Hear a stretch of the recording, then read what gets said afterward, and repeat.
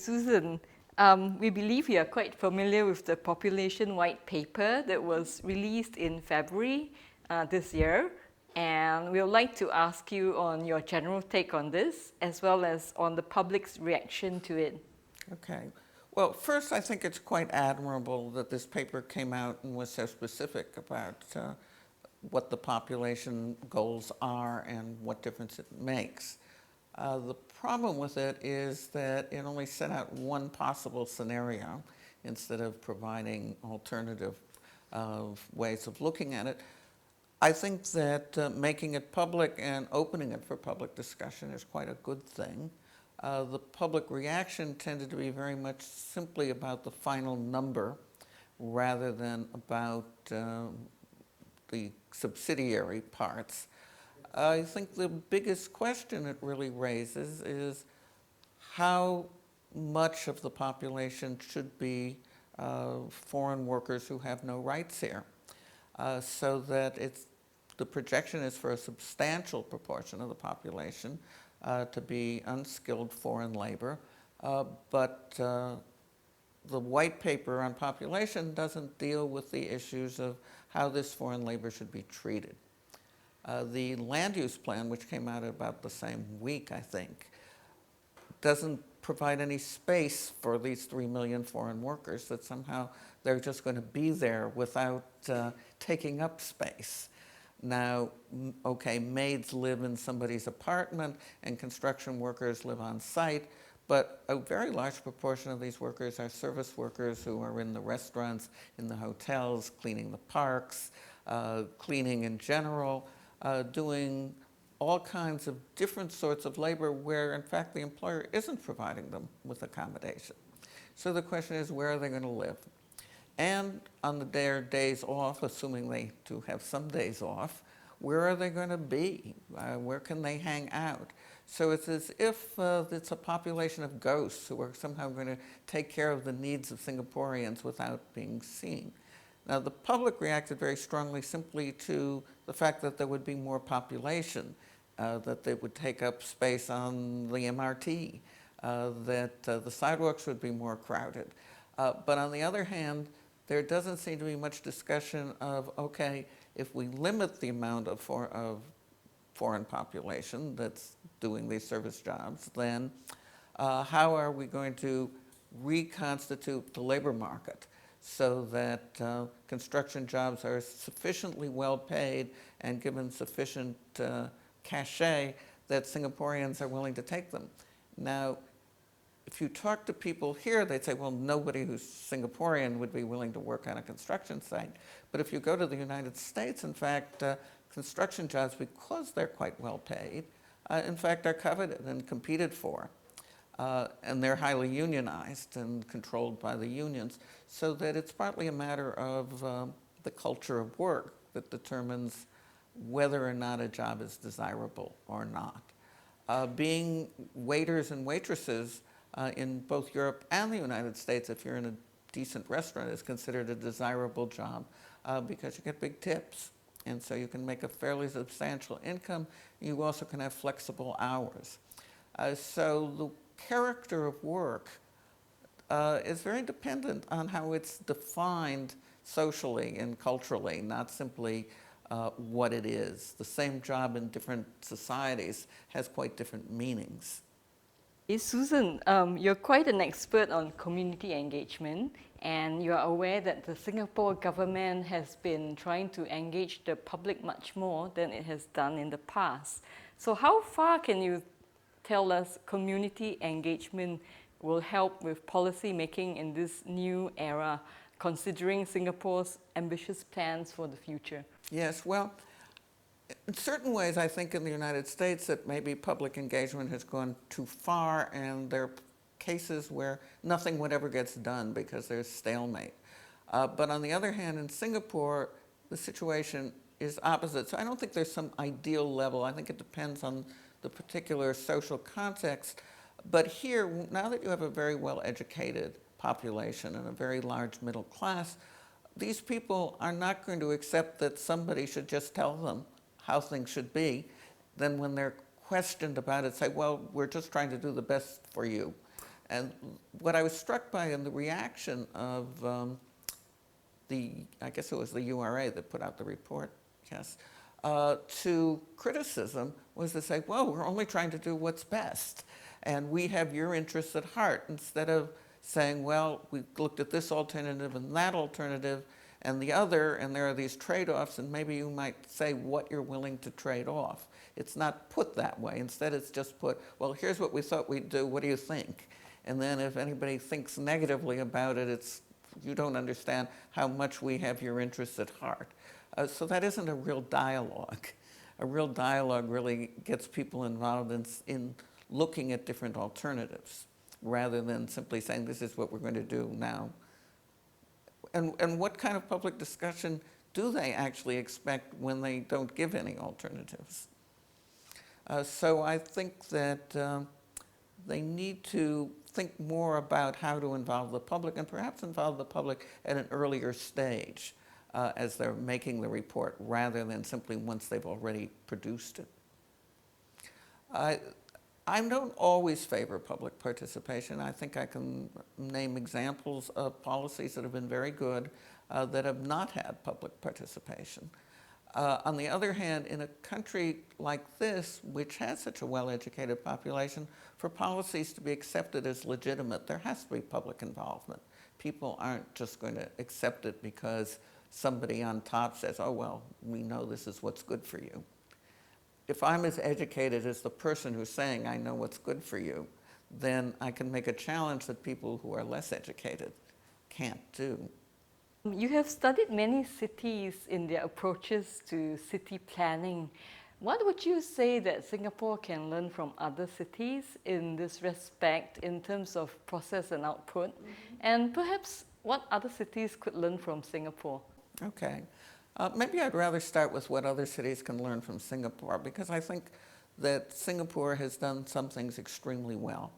The public ownership of most land has meant that Singapore has been able to control development in a way that most cities can't, although Stockholm and Amsterdam similarly have public land ownership. Instead, in the United States, the land will be zoned for, say, residential or for commercial or industrial. And then you wait around and hope that somebody will develop it as you like, but you can't make the investment happen in the same way that you can here. I think the extent of affordable housing that's been offered here has been quite extraordinary, unsurpassed, I think, in the world. And I would argue that the combination of public land ownership and HDB housing is something that could be imitated in other places, particularly in developing countries. That it's a model that's, but it depends on the CPF, it depends on forcing people to save, and that's might not be easy to do in most places. What can Singapore learn from other places? Well, one really does have to do with participation and allowing people to feel that they've really created this society. Singapore's lacking in the kinds of community organizations that exist in Europe and the United States. And that's because it's had such a top-down paternalistic government, where the only organization really has been the political party, originally just the PAP, then other parties, but that there aren't the kinds of block clubs and grassroots organizations and protest organizations that exist elsewhere.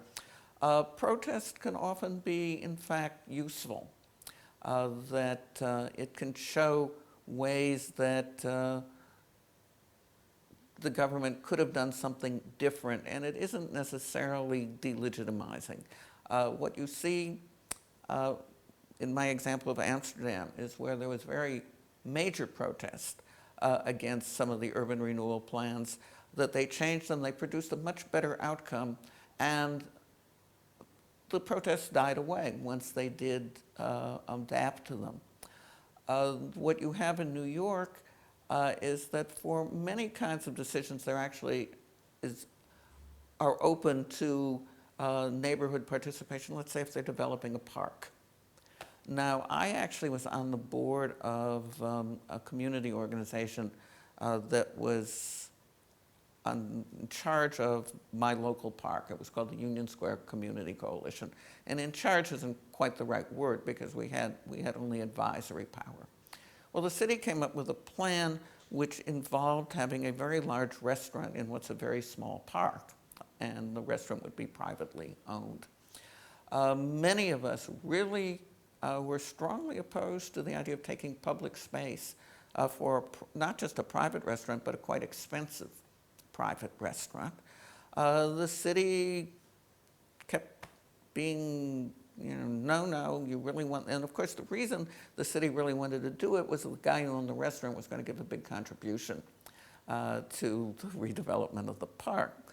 But eventually, by great deal of protest, by writing the congressman, by getting city councilors to oppose it, they changed it and they built a very large playground instead of the restaurant. The playground is so used. I take my grandchildren there and sometimes you can hardly get into it. There's so many kids there. So the need for a playground was much greater than the need for a restaurant. In fact, there are hundreds of restaurants in the vicinity and it's hard to think that they needed one more. So this public involvement, even though it really annoyed public officials, but it ended up with a product that was better and a product that doesn't have the community feeling resentful as they would otherwise have felt. I think that the Singapore government has to realize that criticism isn't necessarily the worst thing that's going to happen to them, and that by absorbing criticism and responding to it, in fact, they make themselves more legitimate than if they just say, oh, well, we know what's best. So I think that this kind of more open process is something that can be learned. There are certain simply examples of planning that are good ones that I know that the government here is interested in emulating. For example, the High Line in New York, which is a park on an old railroad, has been enormously loved and successful.